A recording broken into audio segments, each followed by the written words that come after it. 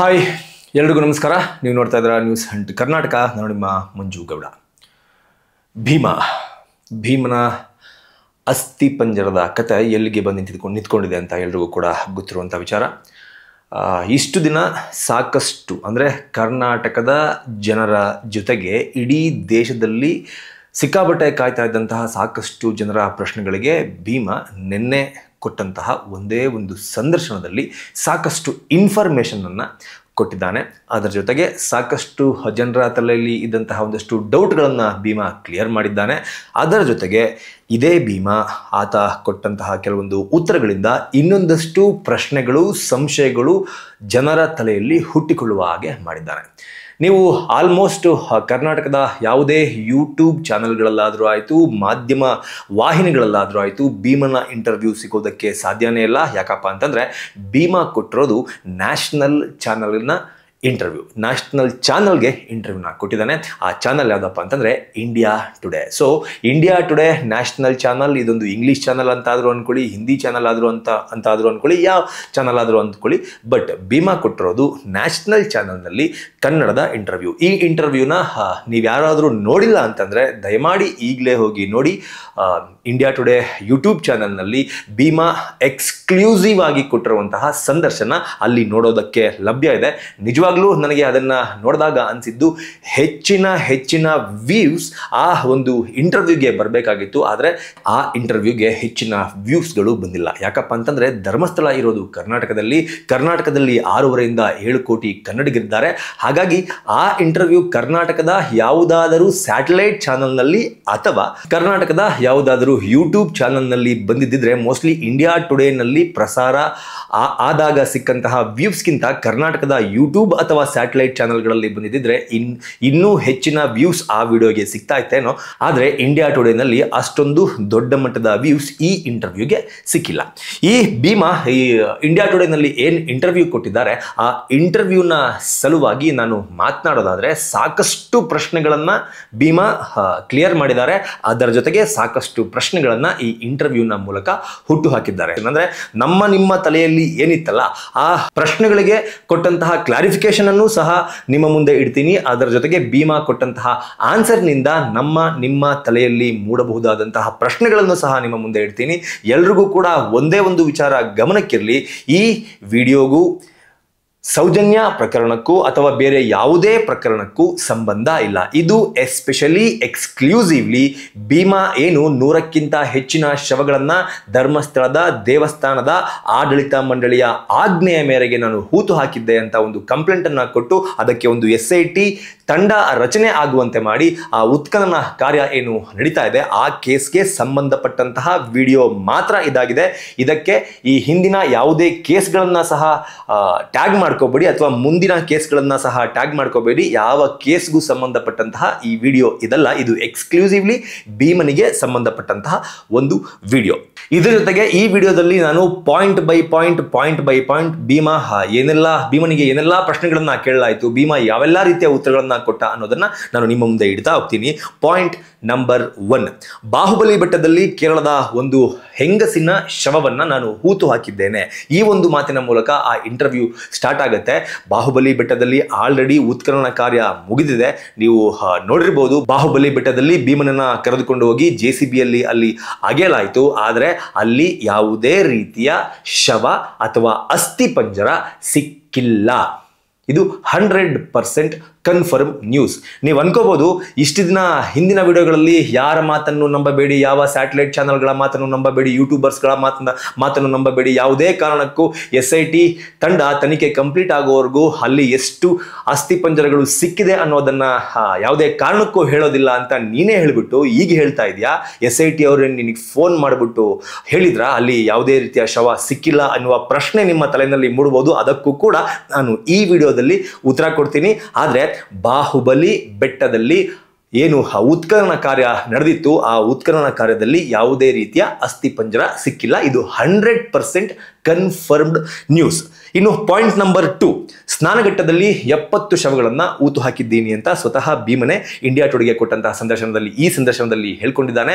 ಅವನ ಪ್ರಕಾರ ಅಂದರೆ ಭೀಮನ ಪ್ರಕಾರ ಸ್ನಾನಘಟ್ಟದಲ್ಲಿ 70ಕ್ಕಿಂತ ಹೆಚ್ಚಿನ ಶವಗಳನ್ನು ಹೂತು ಹಾಕಿದ್ದೆ ಅಂತ ಹೇಳ್ಕೊಂಡಿದ್ದಾನೆ. ನಾವಿಲ್ಲಿ ನಮಗೆ ಡೌಟ್ ಬರೋದೇನಪ್ಪ ಅಂತಂದ್ರೆ, ನೀವು ಗಮನಿಸಬಹುದು ಪಾಯಿಂಟ್ ನಂಬರ್ 1ರಿಂದ ಪಾಯಿಂಟ್ ನಂಬರ್ 13ರವರೆಗೆ ನೇತ್ರಾವತಿ ಸ್ನಾನಘಟ್ಟದ ಸುತ್ತಮುತ್ತಲೇ ಭೀಮಾ ಪಾಯಿಂಟ್ ಅನ್ನ ಮಾಡಿದ್ದ. ಹತ್ತಿರ ಒಂದು 70 ಶವಗಳು ಅಲ್ಲಿ ಸಿಗಬಹುದು ಅಥವಾ 70 ಶವಗಳ ಅಸ್ಥಿಪಂಜರಗಳು ಅಲ್ಲಿ ಸಿಗಬಹುದು ಅಂತ ಎಲ್ಲರೂ ಕೂಡ ಅನ್ಕೊಂಡಿದ್ರು. ಸ್ವತಃ ಈ ಸಂದರ್ಶನದಲ್ಲಿ ಹೇಳುವಂತೆ ಭೀಮನೂ ಸಹ ಹಾಗೆ ಅನ್ಕೊಂಡಿದ್ದ. ಆದರೆ ಅಲ್ಲಿ ಸಿಕ್ಕದ್ದು ಕೇವಲ 2 ಅಸ್ಥಿಪಂಜರಗಳು. ಅದು ಪಾಯಿಂಟ್ ನಂಬರ್ 6ನಲ್ಲಿ ಒಂದು, ಇನ್ನು ಪಾಯಿಂಟ್ ನಂಬರ್ 11ನಲ್ಲಿ ಒಂದು. ಅಗೇನ್ ನಿಮ್ಗೆ ಅನ್ನಿಸ್ಬೋದು, ಏನು ಅಷ್ಟೊಂದು ಕನ್ಫರ್ಮ್ ಆಗಿ ಹೇಳ್ತಾ ಇದ್ಯಾ ಸಿಕ್ಕಿದ್ದು 2 ಅಂತ.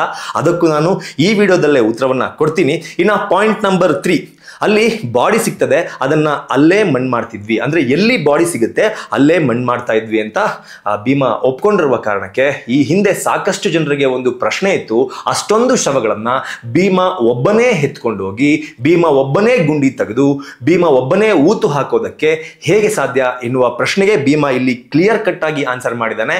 ಭೀಮಾ ಅಂದ್ರೆ ಎಲ್ಲಿ ಶವಗಳು ಸಿಗ್ತಾ ಇತ್ತೋ ಅಲ್ಲೇ ಅದನ್ನ ಹೂತು ಹಾಕ್ತಾ ಇದ್ವಿ, ಅಂದ್ರೆ ಎಲ್ಲೂ ಎತ್ಕೊಂಡು ಹೋಗ್ತಾ ಇರಲಿಲ್ಲ.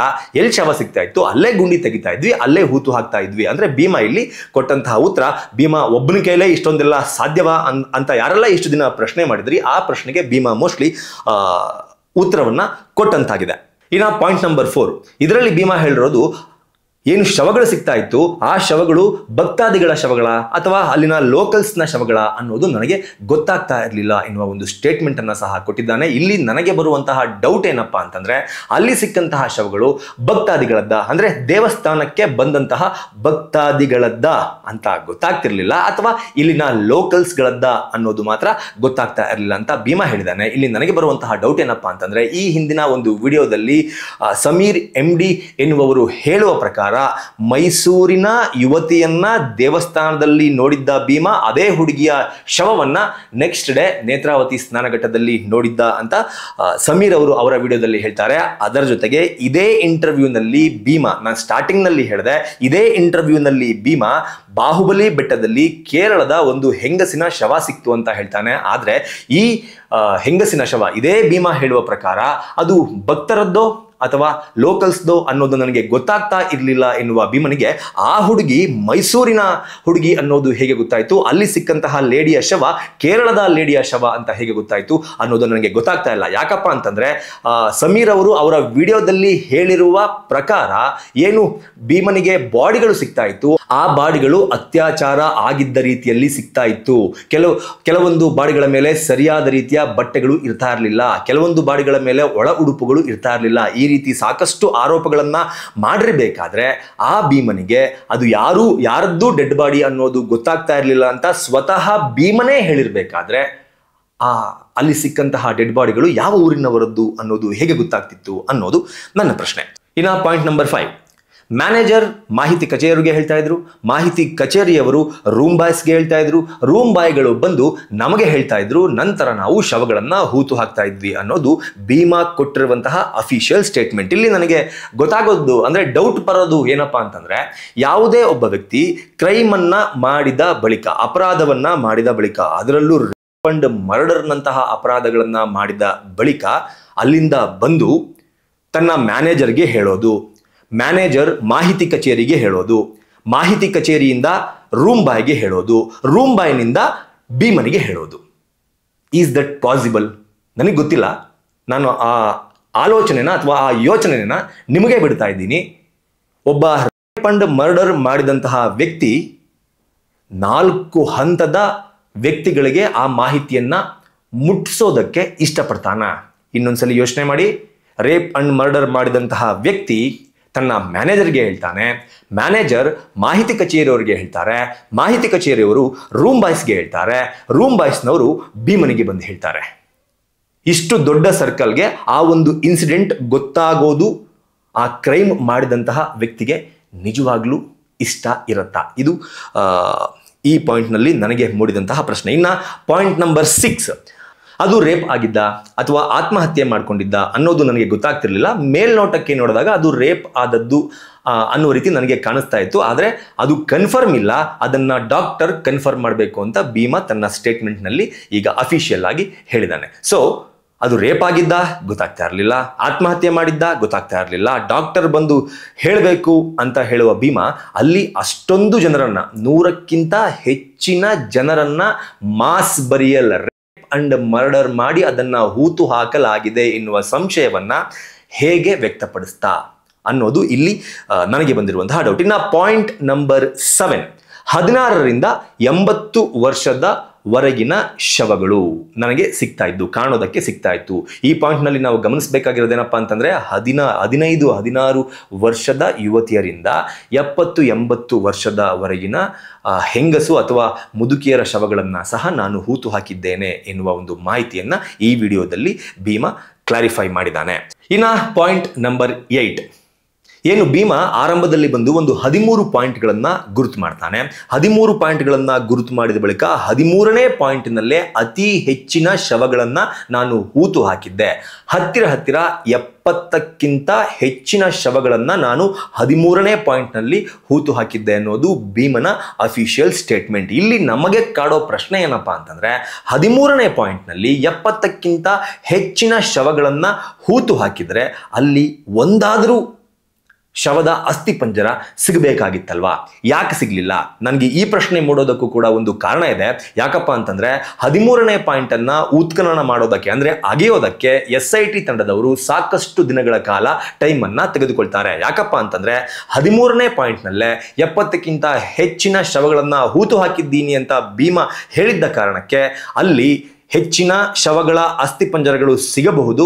ಹಾಗಾಗಿ ಅಲ್ಲಿ ಉತ್ಖನನ ಮಾಡಬೇಕಾದ್ರೆ ನಾವು ಬಹಳ ಎಚ್ಚರಿಕೆಯಿಂದ ಅಗಿಬೇಕು. ಪಕ್ಕದಲ್ಲೇ ಒಂದು ನೇತ್ರಾವತಿಗೆ ಕಟ್ಟಿರುವಂತಹ ಒಂದು ಚಿಕ್ಕದಾದಂತಹ ಚೆಕ್ ಡ್ಯಾಮ್ ರೀತಿಯ ಒಂದು ಕಟ್ಟಡ ಕೂಡ ಇದೆ. ಹಾಗಾಗಿ ಅಲ್ಲಿ ರಿಸ್ಕ್ ತಗೊಳ್ಳೋದಕ್ಕೆ ರೆಡಿ ಇಲ್ಲ. ಅದರ ಜೊತೆಗೆ ಭೀಮಾ ಹಾಗೂ ಸೌಜನ್ಯ ಪರ ಸಾಕಷ್ಟು ಜನ ಹೋರಾಟಗಾರರು GPR ಎನ್ನುವ ಒಂದು ಟೆಕ್ನಾಲಜಿಯನ್ನ ತರಿಸಿ ಅಲ್ಲಿ ಅಗೆಯುವ ಕೆಲಸವನ್ನ ಸ್ಟಾರ್ಟ್ ಮಾಡಬೇಕು ಅಂತ ಏನು ಬೇಡಿಕೆಯನ್ನ ಇಟ್ಟಿದ್ರು, ಆ ಬೇಡಿಕೆ SIT ತಂಡ ಸರ್ಕಾರದ ಮುಂದೆ ಇಟ್ಟಿತ್ತು. ಸರ್ಕಾರ ಅದಕ್ಕೆ ಒಂದು ಕ್ಲಾರಿಫಿಕೇಶನ್ ಅಂದ್ರೆ ಅದಕ್ಕೆ ಪರ್ಮಿಷನ್ ಅನ್ನ ಕೊಡೋದಕ್ಕೆ ಒಂದಷ್ಟು ದಿನಗಳ ಕಾಲ ತೆಗೆದುಕೊಳ್ತು. ಅದಾದ ನಂತರ 13ನೇ ಪಾಯಿಂಟ್ ನಲ್ಲಿ 2 JCB, ಒಂದು ಚಿಕ್ಕ JCB, ಒಂದು ದೊಡ್ಡ JCB, 2 JCBಗಳನ್ನ ತಂದು ಅಲ್ಲಿ ಅಗೆಯಲಾಯಿತು. ಅಗೆಯೋದಕ್ಕಿಂತ ಮುಂಚೆ GPR ಅಂದ್ರೆ ಡ್ರೋನ್ ನಲ್ಲಿ GPR ಎನ್ನುವ ಒಂದು ತಂತ್ರಜ್ಞಾನವನ್ನ ಅಳವಡಿಸಿ ಅಲ್ಲಿ ಸ್ಕ್ಯಾನ್ ಮಾಡಲಾಯಿತು. ಮೊದಲು ಸ್ಕ್ಯಾನ್ ಮಾಡಿದಾಗ ಅಲ್ಲಿ ಏನು ಕಾಣಿಸ್ಲಿಲ್ಲ, ಆದರೂ ಸಹ SIT ನವರು ಅಲ್ಲಿ ಅಂದ್ರೆ GPR ಟೆಕ್ನಾಲಜಿನಲ್ಲಿ ಏನು ಕಾಣಿಸ್ಲಿಲ್ಲ ಅಂದ್ರೂ ಸಹ 15ರಿಂದ 20 ಅಡಿ ಆಳದಲ್ಲಿ ಗುಂಡಿಯನ್ನ ಅಗೆದಿದ್ರು. ಅದಾದ ನಂತರ ಆ 15ರಿಂದ 20 ಅಡಿ ಆಳಕ್ಕೆ ಮತ್ತೆ GPR ಎನ್ನುವ ಒಂದು ಟೆಕ್ನಾಲಜಿಯನ್ನ ಕಳಿಸಿದಾಗ ಕೂಡ ಆ GPR ಟೆಕ್ನಾಲಜಿ ಭೂಮಿಯ ಒಳಗಡೆ 20 ಅಡಿ ಆಳವನ್ನ ಸ್ಕ್ಯಾನ್ ಮಾಡಿದ್ರು. ಹತ್ತಿರ ಬಗೆದಿದ್ದು 20 ಅಡಿ, GPR 20 ಅಡಿ ಕೆಳಗಡೆ ಹೋಗಿ ಮತ್ತೆ ಸ್ಕ್ಯಾನ್ ಮಾಡಿದ್ದು 20 ಅಡಿ. ಅಲ್ಲಿಗೆ ನೀವು 40 ಅಡಿ ಅಂತ ಅನ್ಕೋಬಹುದು. 40 ಅಡಿ ಆಳದವರೆಗೂ ಕೂಡ ಯಾವುದೇ ರೀತಿಯ ಅಸ್ಥಿಪಂಜರಗಳು ಸಿಕ್ಕಿಲ್ಲ. ಭೀಮಾ ಹೇಳುವ ಪ್ರಕಾರ ಪಾಯಿಂಟ್ ನಂಬರ್ 13ರಲ್ಲಿ 70ಕ್ಕಿಂತ ಹೆಚ್ಚಿನ ಶವಗಳನ್ನ ಹೂತು ಹಾಕಿದ್ದೇನೆ ಅಂತಂದ್ರೆ 20 ಅಡಿಗಿಂತ ಹೆಚ್ಚಿನ ಆಳದಲ್ಲಿ ತೆಗೆದು ಹುಡುಕಿದಾಗ ಕೂಡ ಯಾಕೆ ಒಂದೇ ಒಂದು ಅಸ್ಥಿಪಂಜರ ಕೂಡ ಸಿಗಲಿಲ್ಲ ಅನ್ನೋದು ನನ್ನ ಪ್ರಶ್ನೆ. ಇನ್ನು ಪಾಯಿಂಟ್ ನಂಬರ್ 9, ಪಾಯಿಂಟ್ ನಂಬರ್ 9, ಇಲ್ಲಿ ಹೇಳುವ ಪ್ರಕಾರ ನಾನು ಆಗ್ಲೇ ಹೇಳಿದೆ, ನಿನಗೇನು SIT ಅವರು ಫೋನ್ ಮಾಡ್ಬಿಟ್ಟು ಹೇಳಿದ್ರ ಯಾರಿಗೂ ಸಿಗದೆ ಇರುವ ಇನ್ಫಾರ್ಮೇಶನ್ ನಿನಗೇನು ಸಿಕ್ತು ಅಂತ ನೀವು ಕೂಡ ನನಗೆ ಪ್ರಶ್ನೆ ಕೇಳ್ತೀರಾ. ಆ ಪ್ರಶ್ನೆಗೆ ನಾನು ಈ ವಿಡಿಯೋದಲ್ಲೇ ಉತ್ತರ ಕೊಡ್ತೀನಿ ಅಂತ ಹೇಳಿದ್ದೆ. ಪಾಯಿಂಟ್ ನಂಬರ್ 9ರಲ್ಲಿ ಅಂದ್ರೆ ನಾನು ಹೇಳ್ತಾ ಇರುವ ಪಾಯಿಂಟ್ ನಂಬರ್ 9ರಲ್ಲಿ ಭೀಮಾ ಏನು 1ರಿಂದ 13 ಪಾಯಿಂಟ್ಗಳನ್ನ ಗುರುತು ಮಾಡಿದ್ದ. ಅದರಲ್ಲಿ ಪಾಯಿಂಟ್ ನಂಬರ್ 6 ಹಾಗೂ ಪಾಯಿಂಟ್ ನಂಬರ್ 11A ನಲ್ಲಿ ಮಾತ್ರ ಅಸ್ಥಿಪಂಜರಗಳು ಸಿಕ್ಕಿದೆ. ಅಂದ್ರೆ ಕೇವಲ 2 ಅಸ್ಥಿಪಂಜರಗಳು ಸಿಕ್ಕಿದೆ ಅನ್ನೋದನ್ನ ಸ್ವತಃ ಭೀಮನೇ ಕನ್ಫರ್ಮ್ ಮಾಡಿರುವ ಕಾರಣಕ್ಕೆ ನಾನು ಅದನ್ನ 100% ಸತ್ಯವಾದ ಮಾಹಿತಿ ಎನ್ನುವ ಆಧಾರದ ಮೇಲೆ ನಿಮ್ಮ ಮುಂದೆ ಇಡ್ತಾ ಇದ್ದೀನಿ. ಯಾಕಪ್ಪ ಅಂತಂದ್ರೆ SIT ತಂಡ ಕಾರ್ಯಾಚರಣೆಯನ್ನು ನಡೆಸ್ತಾ ಇದೆ. SIT ತಂಡ ಒಳಗಡೆ ಹೋಗಿ ಅಲ್ಲಿ ಏನೇನು ಆಗಿದೆ ಎನ್ನುವ ಕಂಪ್ಲೀಟ್ ಇನ್ಫಾರ್ಮೇಶನ್ SIT ತಂಡಕ್ಕಿದೆ. ಆದರೆ SIT ತಂಡ ಇದುವರೆಗೂ ಸಹ ಯಾವುದೇ ಮಾಧ್ಯಮಗಳಿಗೂ ಆ ಮಾಹಿತಿಯನ್ನ ಬಿಟ್ಟುಕೊಟ್ಟಿಲ್ಲ. ಆದರೆ ಅದೇ SIT ತಂಡದ ಜೊತೆಗಿದ್ದಂತಹ ಭೀಮನೇ ಹೇಳುವ ಪ್ರಕಾರ ಇದುವರೆಗೂ ಸಿಕ್ಕಂತದ್ದು ಕೇವಲ 2 ಅಸ್ಥಿ ಪಂಜರ. ಹಾಗಾಗಿ ಅದೇ ಒಂದು ಕಾನ್ಫರೆನ್ಸ್ ನಲ್ಲಿ ನಾನು ನಿಮ್ಮ ಮುಂದೆ ಈ ಸುದ್ದಿಯನ್ನ ಪ್ರೆಸೆಂಟ್ ಮಾಡ್ತಾ ಇದ್ದೀನಿ. ಇದುವರೆಗೂ ಏನು ಧರ್ಮಸ್ಥಳದಲ್ಲಿ ಗುಂಡಿಗಳನ್ನ ಬ್ಯಾಕ್ ಟು ಬ್ಯಾಕ್ ಅಗೆಯಲಾಗಿದೆ, ಅಲ್ಲಿ ಸಿಕ್ಕಿದ್ದು ಕೇವಲ 2 ಅಸ್ಥಿ ಪಂಜರ. 2 ಅಸ್ಥಿ ಪಂಜರಗಳನ್ನ ಬಿಟ್ಟು ಬೇರೆ ಏನು ಇಲ್ಲಿವರೆಗೂ ಧರ್ಮಸ್ಥಳದಲ್ಲಿ ಸಿಕ್ಕಿಲ್ಲ. ಇದು ಕನ್ಫರ್ಮ್. ಆದರೆ ನನಗೆ ಇದರಲ್ಲಿ ಮೂಡ್ತಾ ಇರುವಂತಹ ಪ್ರಶ್ನೆ ಏನಪ್ಪಾ ಅಂತಂದ್ರೆ, ಯಾವುದೇ ರೀತಿಯ ಮಾಹಿತಿ ಇಲ್ಲದೇ ಇದ್ರು, SIT ಮಾಹಿತಿ ಕೊಡದಿದ್ರು, ಸ್ವತಃ ಭೀಮಾ ನಿನ್ನೆ ಇಂಡಿಯಾ ಟುಡೇಗೆ ಇಂಟರ್ವ್ಯೂ ಕೊಡೋದಕ್ಕಿಂತ ಮುಂಚೆ ಯಾರಿಗೂ ಇಂಟರ್ವ್ಯೂ ಕೊಡದೇ ಇದ್ರು, ಸಾಕಷ್ಟು ಯೂಟ್ಯೂಬ್ ಚಾನಲ್ಗಳು ಇವತ್ತು 5 ಸಿಕ್ತು, ಇವತ್ತು 6 ಸಿಕ್ತು, 8 ಸಿಕ್ತು, 10 ಸಿಕ್ತು, ಬಲ್ಲ ಮೂಲಗಳ ಮಾಹಿತಿಯ ಪ್ರಕಾರ ಅಂತ ಹೇಳಿದ್ದಂತಹ ಅದೇ ಯೂಟ್ಯೂಬ್ ಚಾನಲ್ಗಳು ಭೀಮಾ ಇಂಟರ್ವ್ಯೂ ಕೊಟ್ಟು ಆಲ್ಮೋಸ್ಟ್ 24 ಗಂಟೆ ಕಳಿತಾ ಬಂದಿದ್ರು ಕೂಡ ಅಲ್ಲಿ ಸಿಕ್ಕಿದ್ದು ಕೇವಲ 2 ಶವಗಳು ಅನ್ನುವ ಕನ್ಫರ್ಮ್ ನ್ಯೂಸ್ ಅನ್ನ ಇದುವರೆಗೂ ಸಹ ಜನರಿಗೆ ಮುಟ್ಟಿಸುವಂತಹ ಕೆಲಸವನ್ನ ಮಾಡಲೇ ಇಲ್ಲ. ಯಾಕೆ? ಬಲ್ಲ ಮೂಲಗಳಿಂದ ಬಂದಂತಹ ಮಾಹಿತಿಯ ಪ್ರಕಾರ 5, 6, 7, 8, 9, 10 ಶವ ಸಿಕ್ಕಿದೆ ಅನ್ನೋದನ್ನ ಜನರ ಮುಂದೆ ಇಡುವಂತಹ ಯೂಟ್ಯೂಬ್ ಚಾನೆಲ್ಗಳು ಕನ್ಫರ್ಮ್ ನ್ಯೂಸ್ 2 ಸಿಕ್ಕಿರೋದು ಅಸ್ಥಿಪಂಜರ, ಈ ಕನ್ಫರ್ಮ್ ನ್ಯೂಸ್ ಅನ್ನ ಜನರ ಮುಂದೆ ಯಾಕೆ ಇಡ್ತಾ ಇಲ್ಲ? ಇದು ನನ್ನ ಪ್ರಶ್ನೆ. ಇನ್ನ ಪಾಯಿಂಟ್ ನಂಬರ್ 10, ಭೀಮಾ ಹೇಳುವ ಪ್ರಕಾರ ನನಗೆ ಸರಿಯಾಗಿ ಗುರುತು ಹಿಡಿಯೋದಕ್ಕೆ ಆಗ್ತಾ ಇಲ್ಲ. ಅಂದ್ರೆ ಮಿಷಿನ್ ತರಿಸಿದ್ರೂ ಕೂಡ ಆ ಮಿಷಿನ್ ನಲ್ಲೇ ಒಳಗಡೆ ಇರುವ ಅಸ್ಥಿಪಂಜರಗಳನ್ನ ಹುಡುಕೋದಕ್ಕೆ ಆಗ್ತಾ ಇಲ್ಲ ಅಂತಂದ ಮೇಲೆ ನನ್ನ ಕೈಯಿಂದ ಹುಡುಕೋದಕ್ಕೆ ಹೇಗೆ ಸಾಧ್ಯ ಎನ್ನುವ ಪ್ರಶ್ನೆಯನ್ನ ಇಂಡಿಯಾ ಟುಡೆಯ ಪತ್ರಕರ್ತನಿಗೆ ಭೀಮಾ ಕೇಳಿದ್ದಾನೆ. ಹಾಗಿದ್ದ ಮೇಲೆ ಹುಡುಕೋದಕ್ಕೆ ಕಷ್ಟ ಆಗುತ್ತೆ ಅಂತ ಗೊತ್ತಿದ್ದ ಮೇಲೆ ಭೀಮಾ ವಾಲಂಟಿಯರ್ ಆಗಿ ಬಂದು ನಾನು ಹುಡುಕ್ತೀನಿ ಅಂತ ಅಷ್ಟೊಂದು ಕಾನ್ಫಿಡೆನ್ಸ್ ಆಗಿ ತನ್ನ ಏನಂತಾರೆ ಪಿಕ್ಚರ್ ಮೆಮೊರಿಯಿಂದಾಗಿ ಬರೋದಕ್ಕೆ ಹೇಗೆ ಸಾಧ್ಯ ಅನ್ನೋದು ನನಗೆ ಒಂದು ಅತಿ ದೊಡ್ಡ ಪ್ರಶ್ನೆಯಾಗಿ ಮೂಡ್ತು. ಆದ್ರೂ ಸಹ ಭೀಮನ ಈ ಮಾತನ್ನ ನಾವು ಒಪ್ಪಿಕೊಳ್ಳಲೇಬೇಕಾಗತ್ತೆ. ಯಾಕಪ್ಪ ಅಂತಂದ್ರೆ ಭೀಮಾ 20 ವರ್ಷದ ನಂತರ ಧರ್ಮಸ್ಥಳಕ್ಕೆ ಬಂದಿದ್ದಾನೆ. 20 ವರ್ಷದ ನಂತರ ಧರ್ಮಸ್ಥಳ ತುಂಬಾ ಬದಲಾಗಿರುತ್ತೆ. ನಾವು ಕೂಡ ಸಾಕಷ್ಟು ಯಾವುದಾದ್ರೂ ಜಾಗಕ್ಕೆ ಸಾಕಷ್ಟು ದಿನಗಳ ನಂತರ ಹೋದಾಗ ಆ ಜಾಗವನ್ನ ಅಥವಾ ಆ ಅಡ್ರೆಸ್ ಅನ್ನ ಪರ್ಟಿಕ್ಯುಲರ್ ಆಗಿ ಆ ಪ್ಲೇಸ್ ಅನ್ನ ಗುರುತು ಹಿಡಿಯೋದಕ್ಕೆ ನಮಗೆ ಕಷ್ಟ ಆಗುತ್ತೆ. ಊರಿನ ಒಳಗಡೆನೆ ಕಷ್ಟ ಆಗುತ್ತೆ. ಅಂತದ್ರಲ್ಲಿ ಕಾಡಿನ ಒಳಗಡೆ ಎಕ್ಸಾಕ್ಟ್ ಆಗಿ ಆ ಪ್ಲೇಸ್ ಅನ್ನ ತೋರಿಸಬೇಕು ಅಂದ್ರೆ ಮೋಸ್ಟ್ಲಿ ಭೀಮನಿಗೂ ಕಷ್ಟ ಆಗಬಹುದು. ಈ ವಾದವನ್ನ ನಾನು ಒಪ್ಪಿಕೊಳ್ತೀನಿ. ಭೀಮಾ ಮಾಡಿದಂತಹ ಈ ವಾದವನ್ನ ನಾನು ಒಪ್ಪಿಕೊಳ್ತೀನಿ. ಇನ್ನ ಪಾಯಿಂಟ್ ನಂಬರ್ 12, ನನ್ನ ಭಾವ ಮಾರ ಹಾಗೂ ರಾಜು ಹಾಗೂ ರಂಗ. ನಾನು ಆಗಿಂದ ಕೂಡ ಹೇಳ್ಕೊಂಡು ಬರ್ತಾ ಇದ್ದೆ, ನಮಗೆ ಮಾಹಿತಿ ಬರ್ತಾ ಇತ್ತು, ನಾವು ಶವಗಳನ್ನ ಊತು ಹಾಕ್ತಾ ಇದ್ವಿ. ನಾನು ಅಂತ ಭೀಮಾ ಎಲ್ಲೂ ಹೇಳಿಲ್ಲ. ನಾವು ಅಂತ ಹೇಳಿದ್ದಾನೆ ಅಂತಂದ್ರೆ ಅಲ್ಲಿ ಒಂದಕ್ಕಿಂತ ಹೆಚ್ಚಿನ ಜನರು ಇರೋದು ಕನ್ಫರ್ಮ್. ನಿನ್ನೆ ಇಂಡಿಯಾ ಟುಡೆಗೆ ಕೊಟ್ಟಂತಹ ಸಂದರ್ಶನದಲ್ಲಿ ಭೀಮನೇ ಸ್ವತಃ ಹೇಳಿರುವ ಪ್ರಕಾರ ಆತನ ಭಾವ ಮಾರ ಹಾಗೂ ರಾಜು ಹಾಗೂ ರಂಗ ಹಾಗೂ ಭೀಮಾ ಈ 4 ಜನರು ಸೇರಿ ಶವಗಳನ್ನ ಹೂತು ಹಾಕ್ತಾ ಇದ್ವಿ ಎನ್ನುವ ಅಫಿಷಿಯಲ್ ಸ್ಟೇಟ್ಮೆಂಟ್ ಅನ್ನ ಭೀಮಾ ಮಾಧ್ಯಮದ ಮುಂದೆ ಕೊಟ್ಟಿದ್ದಾನೆ. ಹಾಗಿದ ಮೇಲೆ ಇಲ್ಲಿ ನೆಕ್ಸ್ಟ್ SIT ಅವರು ಮಾಡಬಹುದಾದಂತಹ ಕೆಲಸ ಏನಪ್ಪಾ ಅಂತಂದ್ರೆ ಆ ಮಾರನನ್ನ ಹಾಗೂ ಆ ರಾಜುವನ್ನ ಹಾಗೂ ಆ ರಂಗನನ್ನ ಕರೆದುಕೊಂಡು ಬರಬೇಕಾದಂತಹ ಸ್ಥಿತಿ ಇದೀಗ ಪೊಲೀಸರಿಗೆ ನಿರ್ಮಾಣವಾಗಿದೆ. ಕರೆದುಕೊಂಡು ಬಂದು ಅವರನ್ನೂ ಸಹ ಇನ್ವೆಸ್ಟಿಗೇಷನ್ ಮಾಡುವಂತಹ, ಅವರನ್ನೂ ಸಹ ಇಂಟ್ರಾಗೇಷನ್ ಮಾಡುವಂತಹ ಸ್ಥಿತಿ ಇದೀಗ SIT ತಂಡಕ್ಕೆ ನಿರ್ಮಾಣ ಆಗಿದೆ. ಇನ್ನ ಪಾಯಿಂಟ್ ನಂಬರ್ 13, ಇದರ ಪ್ರಕಾರ ಭೀಮಾ ಏನ್ ಹೇಳ್ತಾನಪ್ಪ ಅಂತಂದ್ರೆ, ನಾವು ಶವಗಳನ್ನ ಹೂಳ್ತಾ ಇರ್ಬೇಕಾದ್ರೆ ಗ್ರಾಮ ಪಂಚಾಯಿತಿಯವರು ಯಾರು ಕೂಡ ಇರ್ತಾ ಇರಲಿಲ್ಲ. ಇಲ್ಲಿ ಏನು ಭೀಮಾ ಸಾಕಷ್ಟು ಶವಗಳನ್ನ ಹೂತು ಹಾಕಿದ್ದೀನಿ ಅಂತ ಬಂದನಲ್ಲ, ಆ ಬಂದ ನಂತರ ಧರ್ಮಸ್ಥಳ ಗ್ರಾಮ ಪಂಚಾಯಿತಿಯ ಮಾಜಿ ಸದಸ್ಯರು ಸಾಕಷ್ಟು ಜನ ಮಾತನಾಡಿದ್ರು. ನಾವು ಈ ಹಿಂದೆ ಗ್ರಾಮ ಪಂಚಾಯಿತಿಯಲ್ಲಿ ಸದಸ್ಯರಾಗಿ ಇದ್ದಂತಹ ಸಂದರ್ಭದಲ್ಲಿ ಸಾಕಷ್ಟು ಅನಾಥ ಶವಗಳನ್ನ ಅರಣ್ಯ ಪ್ರದೇಶಗಳಲ್ಲಿ ಹೂತು ಹಾಕಿಸ್ತಾ ಇದ್ವಿ, ಅದನ್ನೇ ಮೋಸ್ಟ್ಲಿ ಇವನು ತೋರಿಸ್ತಾನೆ ಎನ್ನುವ ಒಂದು ಆರೋಪವನ್ನ ಮಾಡಿದ್ರು. ಆ ಆರೋಪಕ್ಕೆ ಭೀಮಾ ಇದೀಗ ಕ್ಲಿಯರ್ ಕಟ್ ಆಗಿ ಉತ್ತರವನ್ನ ಕೊಟ್ಟಿದ್ದಾನೆ. ನಾನು ಯಾವುದೇ ರೀತಿಯಲ್ಲೂ ಗ್ರಾಮ ಪಂಚಾಯಿತಿಯವರು ಹೇಳಿದಂತಹ ಶವಗಳನ್ನ ಹೂತು ಹಾಕಿಲ್ಲ, ಬದಲಾಗಿ ಮಾಹಿತಿ ಕಚೇರಿಯಿಂದ ರೂಮ್ ಬಾಯ್ ಮೂಲಕ ಬಂದಂತಹ, ಅಂದ್ರೆ ಮಾಹಿತಿ ಕಚೇರಿಯಿಂದ ಏನು ಮಾಹಿತಿ ಬರ್ತಾ ಇತ್ತು ಆ ಮಾಹಿತಿ ಪ್ರಕಾರ ಮಾತ್ರ ನಾನು ಶವಗಳನ್ನು ಹೂತು ಹಾಕಿದ್ದೀನಿ ಎನ್ನುವ ಮೂಲಕ ಗ್ರಾಮ ಪಂಚಾಯಿತಿಯವರು ಏನು ಹೇಳಿದ್ರು, ಭೀಮಾ ನಾವು ಕೊಟ್ಟಂತಹ ಶವಗಳನ್ನೇ ಹೂತು ಹಾಕಿದ್ದಾನೆ ಅಂತ ಏನು ಹೇಳಿದ್ರು, ಆ ಆರೋಪ ಅಥವಾ ಆ ಮಾಹಿತಿ ಕಂಪ್ಲೀಟ್ ಆಗಿ ಸುಳ್ಳು. ನಾನು ಗ್ರಾಮ ಪಂಚಾಯಿತಿಯವರು ಕೊಟ್ಟಂತಹ ಯಾವುದೇ ರೀತಿಯ ಶವಗಳನ್ನ ಹೂತು ಹಾಕಿಲ್ಲ ಅನ್ನೋದನ್ನ ಭೀಮಾ ನಿನ್ನೆ ಕನ್ಫರ್ಮ್ ಮಾಡಿದ್ದಾನೆ. ಇನ್ನ ಪಾಯಿಂಟ್ ನಂಬರ್ 14, ಈಗ ಯಾಕೆ ಬಂದಿದ್ದು, ಈಗ ಇದನ್ನು ತೋರಿಸ್ಬೇಕು ಅಂತ ಯಾಕೆ ಅನ್ನಿಸ್ತು ಅಂತ ಪತ್ರಕರ್ತರು ಕೇಳಿದ ಪ್ರಶ್ನೆಗೆ ಭೀಮಾ ಕೊಟ್ಟಂತಹ ಉತ್ತರ, ನನಗೆ ಪಾಪ ಪ್ರಜ್ಞೆ ಕಾಡ್ತಾ ಇತ್ತು. ಸಾಕಷ್ಟು ದಿನಗಳಿಂದ ನನಗೆ ಏನೋ ಒಂಥರ ಹಿಂಸೆ ಆಗ್ತಾ ಇತ್ತು. ಪಾಪ ಪ್ರಜ್ಞೆ ಕಾಡಿದ್ದ ಕಾರಣಕ್ಕೆ, ನನಗೆ ಪುಣ್ಯ ಸಿಗಲಿ ಎನ್ನುವ ಒಂದು ಕಾರಣಕ್ಕೆ ಅಲ್ಲಿ ಹೂತಿಟ್ಟಿರುವ ಶವಗಳಿಗೆ ಸರಿಯಾದ ಅಂತ್ಯ ಸಂಸ್ಕಾರ ಆಗಿಲ್ಲ ಎನ್ನುವ ಕಾರಣಕ್ಕೆ ನಾನು ಬಂದೆ. ಪ್ರತಿದಿನ ನಾನು ಮಲಗಬೇಕಾದ್ರೆ ಕನಸಿನಲ್ಲಿ ಬುರುಡೆಗಳು ಬರ್ತಾ ಇತ್ತು.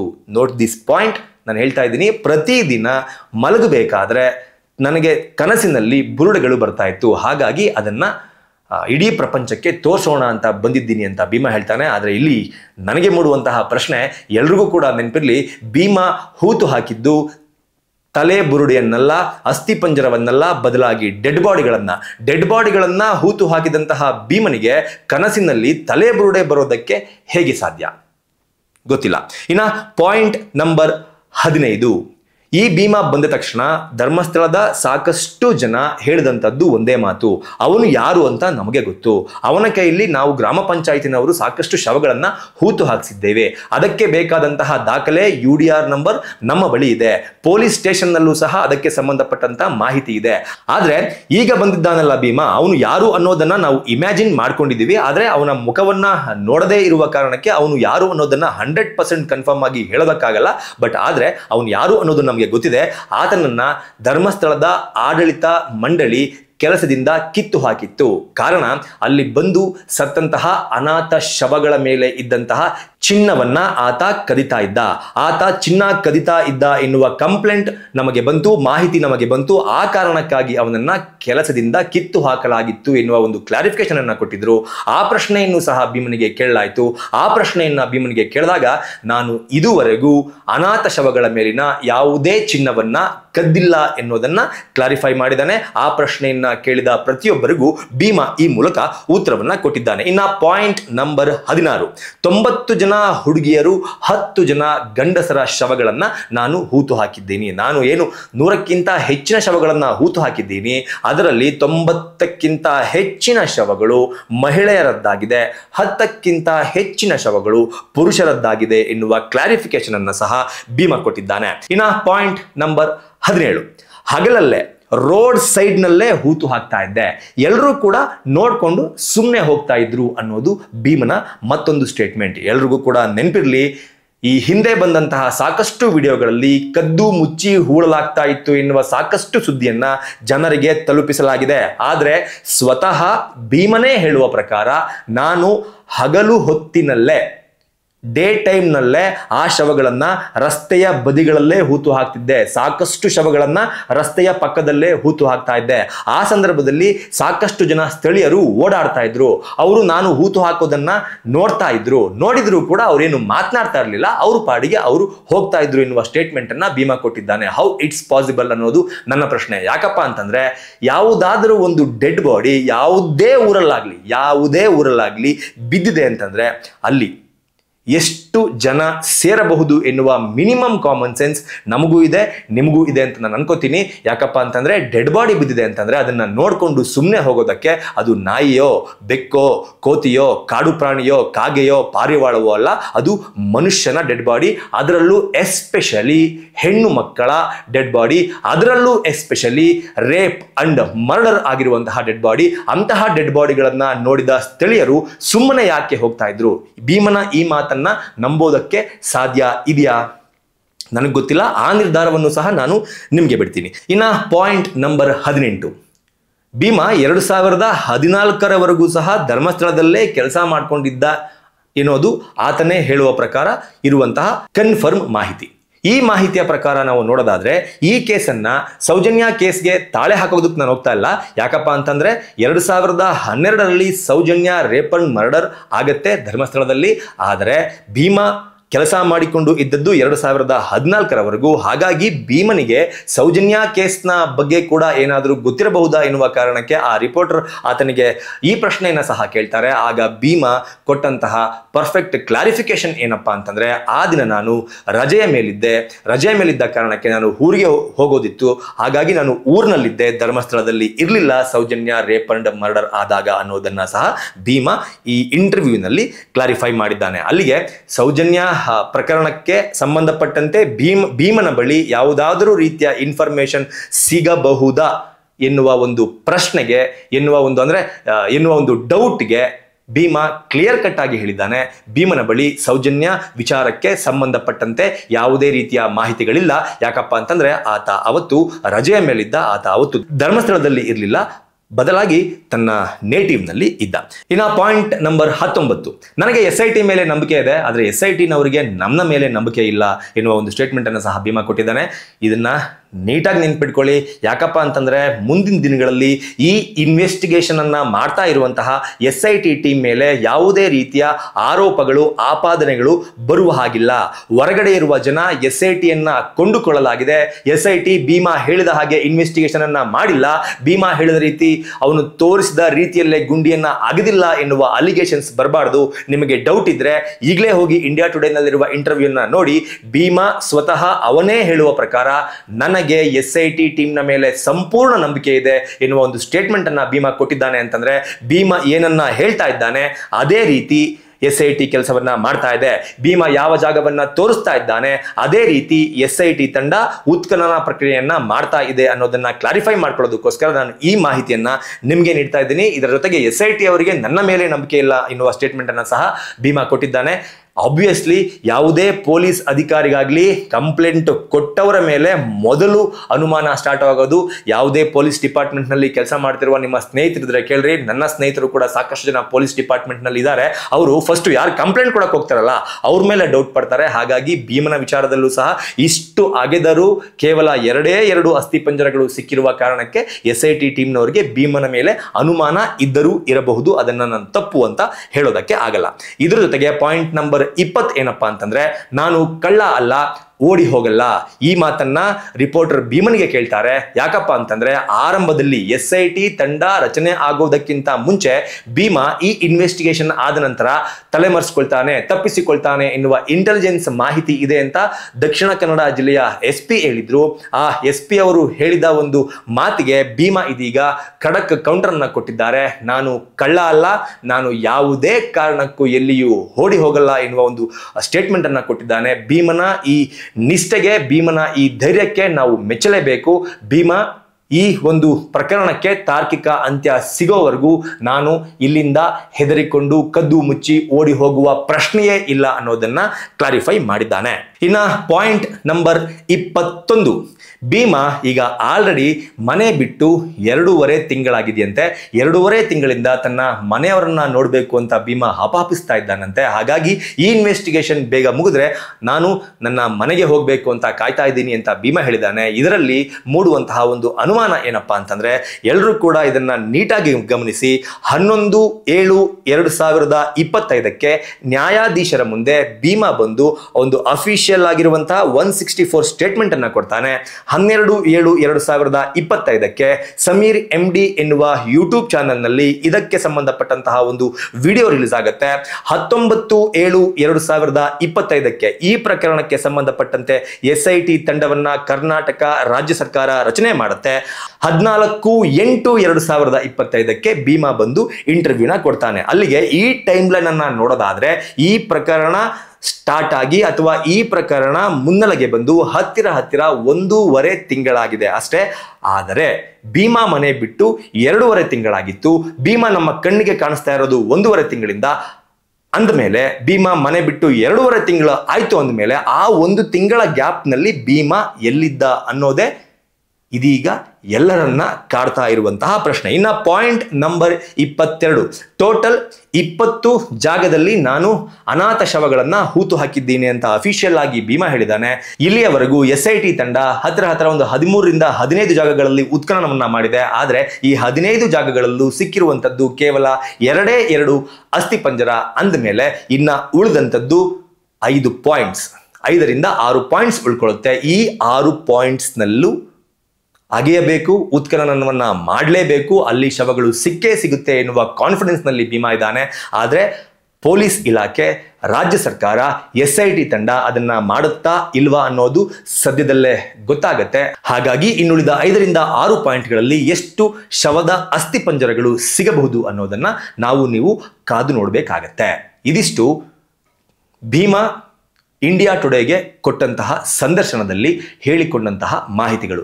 ನಾನು ಏನು ಮಾಹಿತಿಯನ್ನು ಕೊಟ್ಟಿದ್ದೀನಿ, ನಾನು ಏನು ಈ ವಿಡಿಯೋದಲ್ಲಿ ನಿಮ್ಮ ಮುಂದೆ ಪ್ರಸ್ತುತಪಡಿಸ್ತಾ ಇದ್ದೀನಿ, ಇದೆಲ್ಲ ಸುಳ್ಳು ಎನ್ನುವ ಅನುಮಾನ ಏನಾದರೂ ನಿಮಗೆ ಬಂದರೆ ದಯಮಾಡಿ ಈಗಲೇ ಹೋಗಿ ಇಂಡಿಯಾ ಟುಡೇ ಎನ್ನುವ ಯೂಟ್ಯೂಬ್ ಚಾನಲ್ನಲ್ಲಿ ಭೀಮಾ ಕೊಟ್ಟಂತಹ 40+ ಮಿನಿಟ್ಸ್ನ ಒಂದು ಇಂಟರ್ವ್ಯೂ ಇದೆ, ಕಂಪ್ಲೀಟ್ ಇಂಟರ್ವ್ಯೂ ಇದೆ. ಆ ಕಂಪ್ಲೀಟ್ ಇಂಟರ್ವ್ಯೂನ ದಯಮಾಡಿ ಎಲ್ಲರೂ ಒಮ್ಮೆ ನೋಡಿ ನಾನು ನನ್ನ ತಲೆಯಲ್ಲಿ ಬಂದಂತಹ ಡೌಟ್ಸ್ಗಳನ್ನು ನಿಮ್ಮ ಮುಂದೆ ಏನಿಟ್ಟೆ, ಅದೇ ತರಹ ನಿಮ್ಮ ತಲೆಯಲ್ಲೂ ಭೀಮಾ ಹೇಳಿದ ಮಾತುಗಳಿಂದ ಸಾಕಷ್ಟು ಪ್ರಶ್ನೆಗಳು, ಸಾಕಷ್ಟು ಡೌಟ್ಗಳು ಬಂದರೆ ಮಾತ್ರ ಈ ವಿಡಿಯೋವನ್ನ ಸಾಕಷ್ಟು ಜನರಿಗೆ ಶೇರ್ ಮಾಡಿ, ಈ ಮಾಹಿತಿಯನ್ನ ಮುಟ್ಟಿಸುವಂತಹ ಕೆಲಸವನ್ನ ಮಾಡಿ. ಅದರ್ವೈಸ್ ಮಾಡಬೇಡಿ ಅನ್ನೋದು ನನ್ನ ರಿಕ್ವೆಸ್ಟ್. ಸೊ ಇದಿಷ್ಟು ಭೀಮಾ ಮೊದಲ ಬಾರಿಗೆ ರಾಷ್ಟ್ರೀಯ ವಾಹಿನಿಯೊಂದಕ್ಕೆ, ಅಂದರೆ ಸ್ಟೇಟ್ನ ಯಾವ ಚಾನಲ್ಗೂ ಸಿಕ್ಕಿಲ್ಲ, ಸ್ಟೇಟ್ನಲ್ಲಿರುವ ಯಾವುದೇ ಯೂಟ್ಯೂಬ್ ಚಾನಲ್ಗಳಿಗೂ ಸಿಕ್ಕಿಲ್ಲ. ಆದರೆ ಭೀಮಾ ನ್ಯಾಷನಲ್ ಚಾನಲ್ನವ್ರನ್ನ ಕೈಗೆ ಸಿಕ್ಕಿದ್ದಾನೆ. ನ್ಯಾಷನಲ್ ಚಾನಲ್ಗೆ ಒಂದು ಇಂಟರ್ವ್ಯೂನ ಸಹ ಕೊಟ್ಟಿದ್ದಾನೆ. ದಯಮಾಡಿ ಹೋಗಿ ಅದನ್ನು ನೋಡಿ ನಿಮ್ಮ ಅಭಿಪ್ರಾಯಗಳನ್ನು ತಿಳಿಸಿ. ಅದರ ಜೊತೆಗೆ ಈ ವಿಡಿಯೋದ ಬಗ್ಗೆ ನಿಮಗೆ ಏನನ್ಸುತ್ತೆ ಅನ್ನೋದನ್ನು ಕಮೆಂಟ್ ಬಾಕ್ಸ್ ಮೂಲಕ ತಿಳಿಸಿ ಅಂತ ಕೇಳ್ಕೊತಾ ಈ ವಿಡಿಯೋನ ಮುಗಿಸ್ತಾ ಇದ್ದೀನಿ. ನಮಸ್ಕಾರ.